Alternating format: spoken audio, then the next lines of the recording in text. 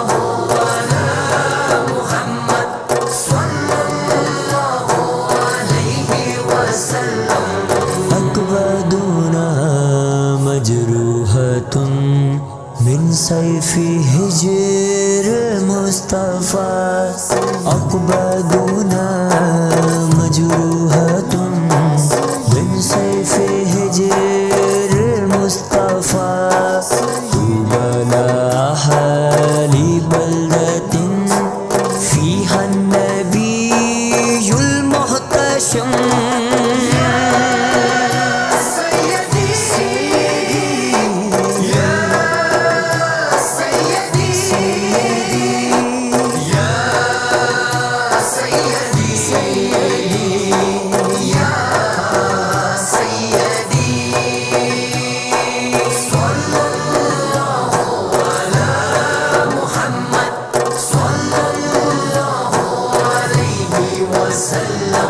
Sallallahu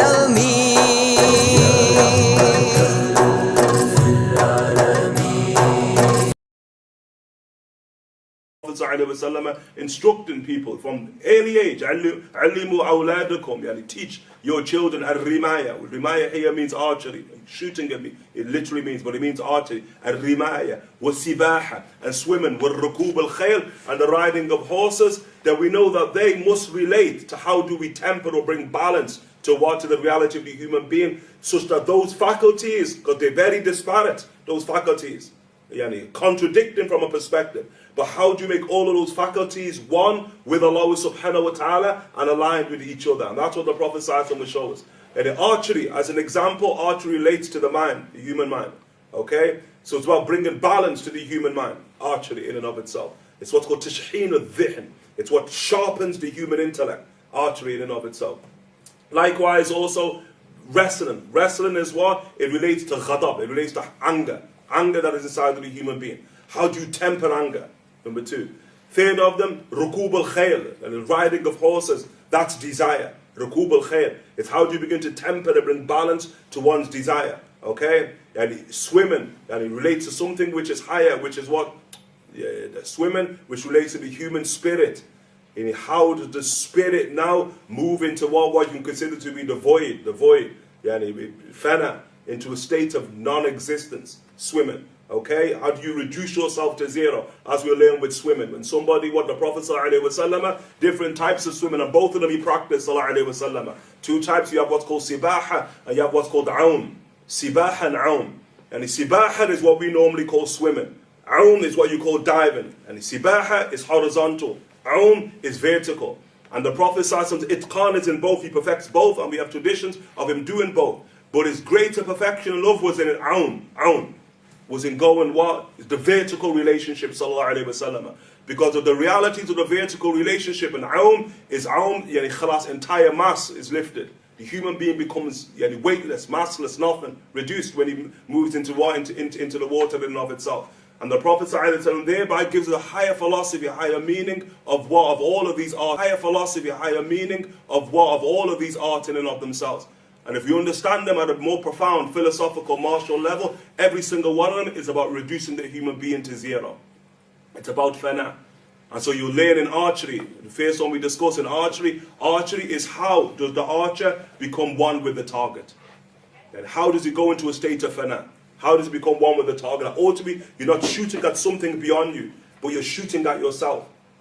Such that khalas, you enter into what's called the void, what's called fana inside of the reality of spirituality inside of Islam. Same with swimming, as we just learned. Swimming is about how do you become zero, massless. That's what the Prophet ﷺ perfected. From a child, sallallahu alayhi wa sallam, in the wells of Banu Najjar, sallallahu alayhi wa sallam, that he perfected aum from a child when he was 5-6 years of age, in the wells of Banu Najjar, sallallahu alayhi wa sallam. Wrestling likewise. How does the wrestler become one with his opponent, so that he's able to manipulate the actual strength of his opponent? It's what's called the void in martial arts. The void in martial arts. And one of the ways of martial arts in and of itself. But the highest in that regard is martial artist, is how do you lose yourself in whatever discipline that you're actually practicing, which is the way of Islam in and of itself. Okay? Horse riding, similar. How do you become one with the horse?